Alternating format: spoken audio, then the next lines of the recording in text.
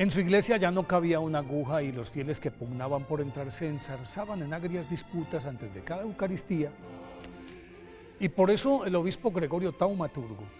preocupado por la situación, comenzó a buscar un sitio más amplio para construir un nuevo templo, pero los mejores terrenos o pertenecían a terratenientes que no estaban dispuestos a cederlos, o eran públicos y las autoridades hostiles a los cristianos, en vez de adjudicarle un lote baldío, lo amenazaban con expulsarlo de la ciudad, porque su labor evangélica había desocupado los lugares sagrados de los paganos, y las constantes quejas de sus sacerdotes tenían en ascuas al prefecto de Neocesarea,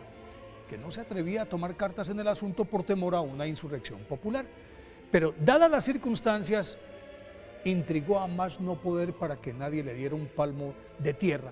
pues de esa manera podía quitárselo de encima sin consecuencias. Mas el prelado no dio su brazo a torcer y a fuerza de insistir, un latifundista movido más por la mordacidad que por la generosidad, le regaló un Picacho inaccesible, en el que era imposible edificar algo. Sin embargo, el obispo Gregorio lo recibió de buena gana, congregó a sus fieles en las cercanías del Risco y en un sentido sermón le recordó que en el Evangelio de Marcos, versículo 23 del capítulo 11, Jesús afirmó: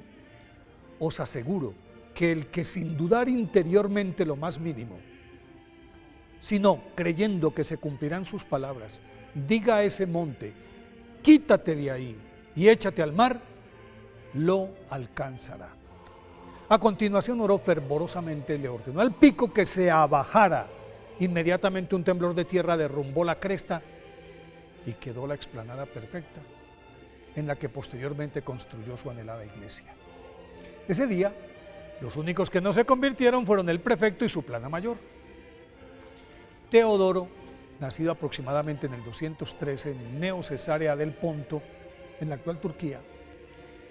formaba parte de una acaudalada familia cuyos nexos con el Imperio Romano les auguraba a sus hijos una exitosa carrera en administración pública y en consonancia con ello recibieron una completa formación básica. Al morir su padre, Teodoro, y su hermano Atenodoro fueron enviados por su madre a la Universidad de Beirut, en donde estudiarían Derecho. Pero de camino hacia esa ciudad debían acompañar y entregar su hermana a su futuro esposo, el nuevo gobernador de Palestina, que la esperaba en Cesarea, capital de esa provincia, en la que luego de cumplir la misión prolongaron su estadía para visitar sus lugares más atractivos. Entre ellos les llamó la atención la bien merecida fama de la escuela catequética que dirigía Orígenes, y después de escucharlo, quedaron prendados de la filosofía y teología que enseñaba el maestro alejandrino. Entonces se olvidaron de la jurisprudencia y de su mano descubrieron a nuestro Señor Jesucristo. Al recibir el bautismo, Teodoro cambió su nombre por el de Gregorio, se convirtió en el discípulo más aventajado de Orígenes y durante 5 años sorbió su conocimiento y el de las Sagradas Escrituras. Una vez terminados sus estudios, en el 238, retornó con su hermano a su patria, en la que pronto se ganó el respeto de sus coterráneos por su humildad, la vida austera, la constante oración y ayuno, pero especialmente